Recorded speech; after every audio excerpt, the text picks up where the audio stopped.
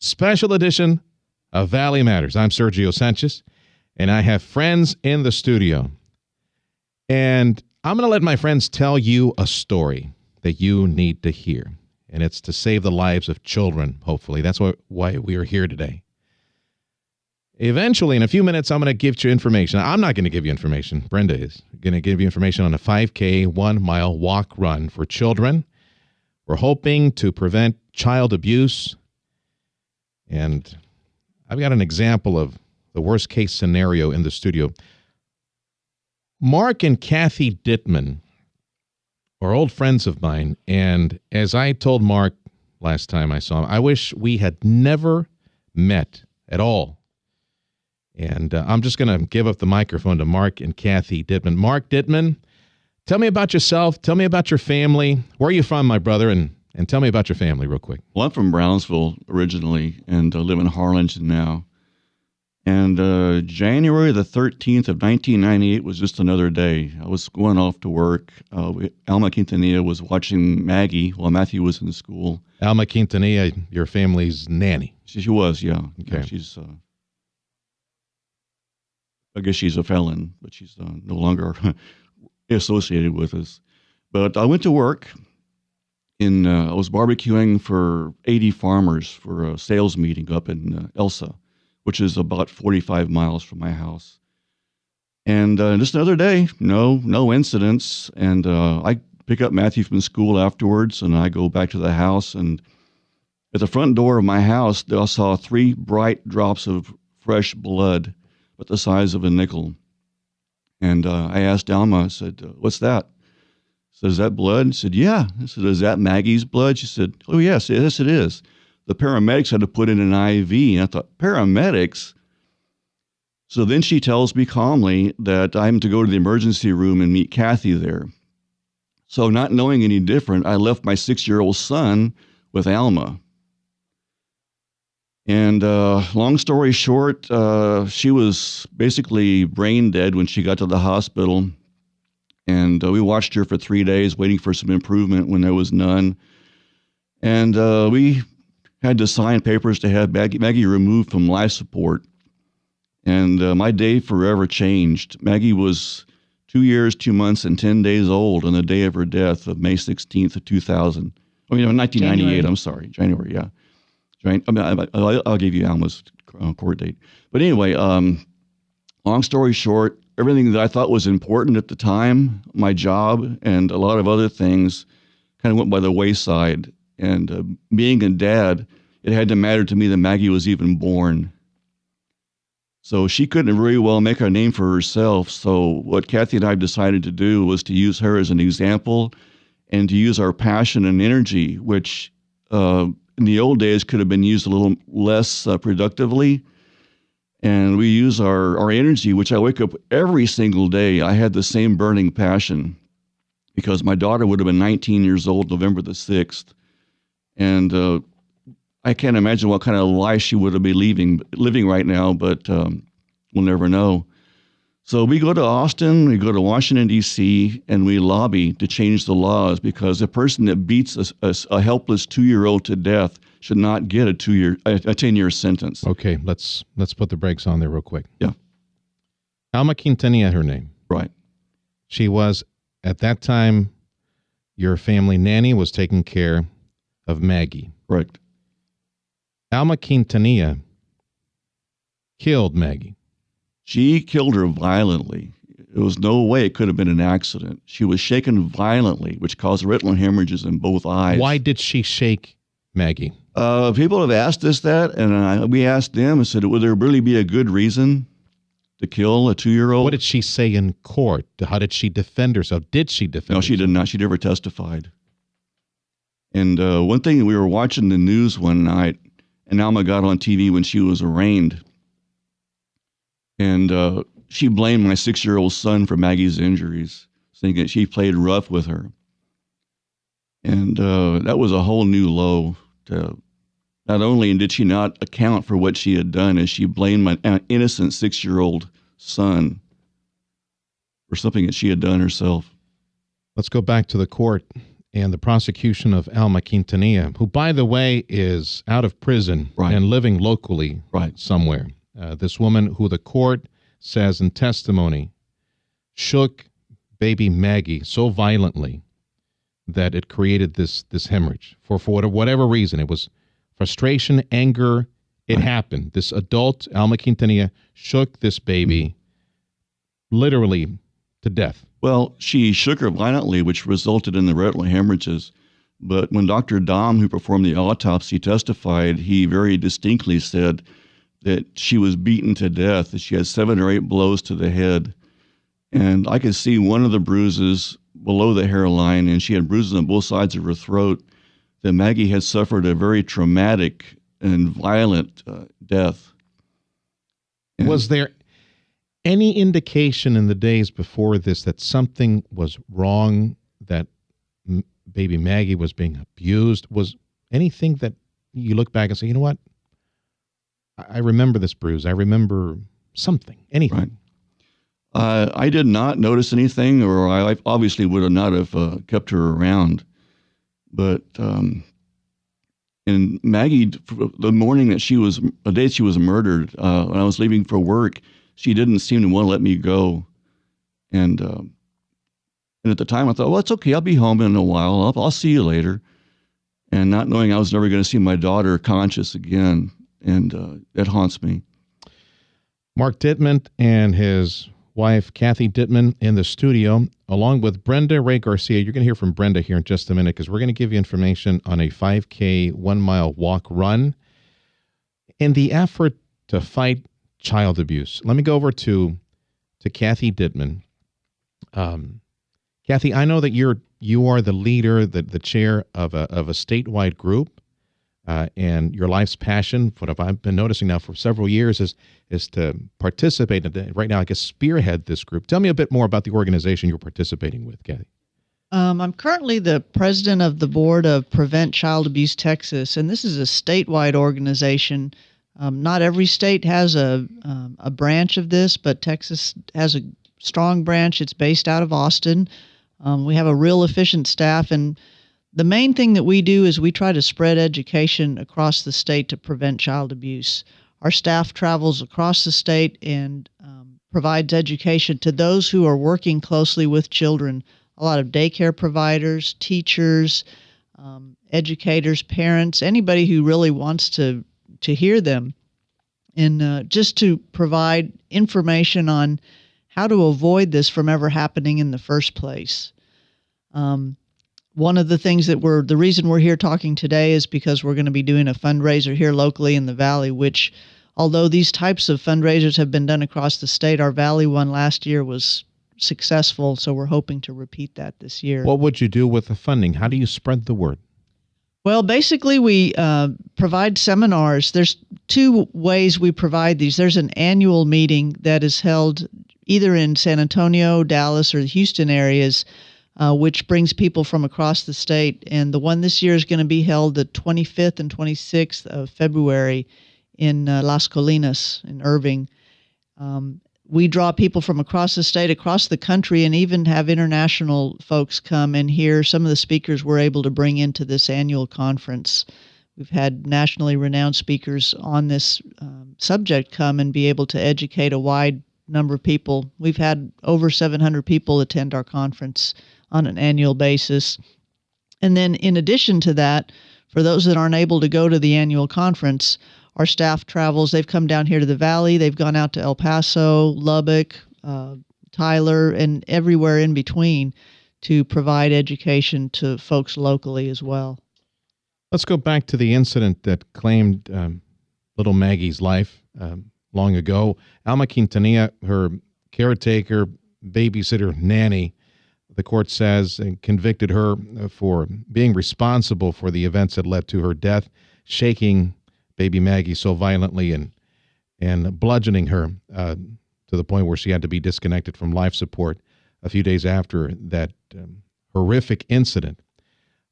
After Mark, back to you. After the event and the prosecution, you and Kathy have been on a campaign, first of all, to change Texas law, Because Alma Quintanilla was only given 10 years in state prison. Why only 10 years? Well, she was indicted on a second-degree felony, which meant she could have actually had probation. And the defense attorney argued for probation. And Was that negotiated down? Actually, from probation to 20, she got split the middle and got 10 years. Okay, so the maximum would have been 20? It's at only 20. Tops 20. Right. For that. Okay. So you and Kathy worked with Senator Eddie Lucio Jr. long ago to try to change Texas. What happened? How has state law changed when it comes to prosecution and on the training side for some caregivers? We had 4 bills that came out of a visit that I had with the senator and his staff. And the only one that did not make it was murder by abuse, which means if you abuse a child to the point that they die, it's a first-degree felony, and you haven't got to prove the intent other than you did something to this helpless child that resulted in their death, and it was not accidental. The ones that did make it was, as Brenda's alluded to, is we provide training. We require training for child care licensing for people to have awareness of SIDS, shaken baby syndrome, and so they are more careful, responsible when they have kids in their charge. And another one was that when Alma was convicted and given a 10-year sentence, she strolled out of custody on a small bond. It was called an appellate bond. And we felt that was pretty lenient for someone who was that violent. So at the time, if you got 20 years and a day during a felony that you were ineligible to get an appellate bond, we got it reduced to 10 years. Okay. And that was a direct result of your efforts in the legislature.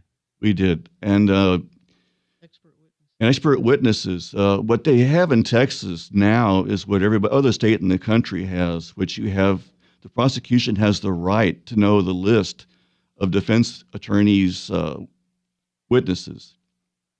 Because up until that point, that the defense could call a witness up, and the prosecution would learn about it in front of a judge and jury. It was called trial by ambush.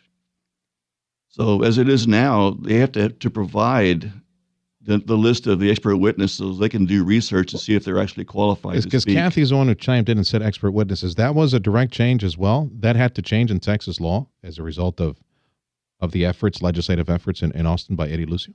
Yeah, we were in our prosecutor's face all the time going through the trial, and we kept asking him, well, what are they going to present or what are they going to do? And he said, we have no discovery in the state of Texas. We were the only state in the union at that time that had no discovery for a prosecution, whereas the defense has total discovery of what the prosecution is going to put on in a case.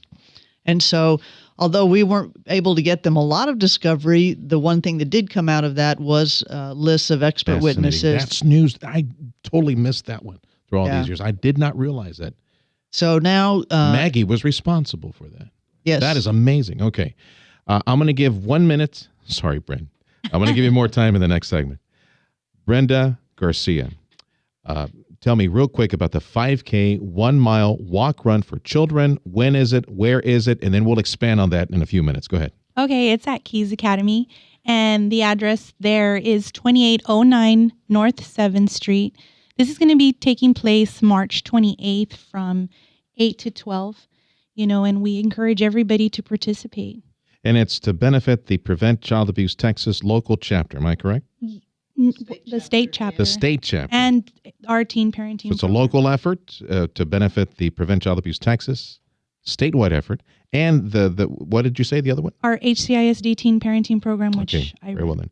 More on this as we continue. You're listening to a special edition of Valley Matters. I'm Sergio Sanchez, along with Mark and Kathy Dittman and Brenda Garcia.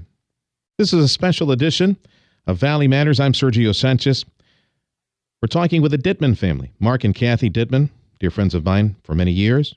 Their daughter, Maggie, brutally shaken by a babysitter, a nanny. And eventually that incident led to her death. And Maggie's life has inspired not only change in law and legal procedure. But also, I got a tour some years back of Maggie's house. And before I continue talking about the 5K 1 mile walk run for children to benefit Prevent Child Abuse Texas and a local teen chapter as well to help young moms, let me bring Kathy Dittman back to the microphone. Maggie's house, where is it? What is it? Maggie's house is in San Benito. It is it's one of the 2 locations in Cameron County of their Children's Advocacy Center. Here in Hidalgo County, they have Estrella's house.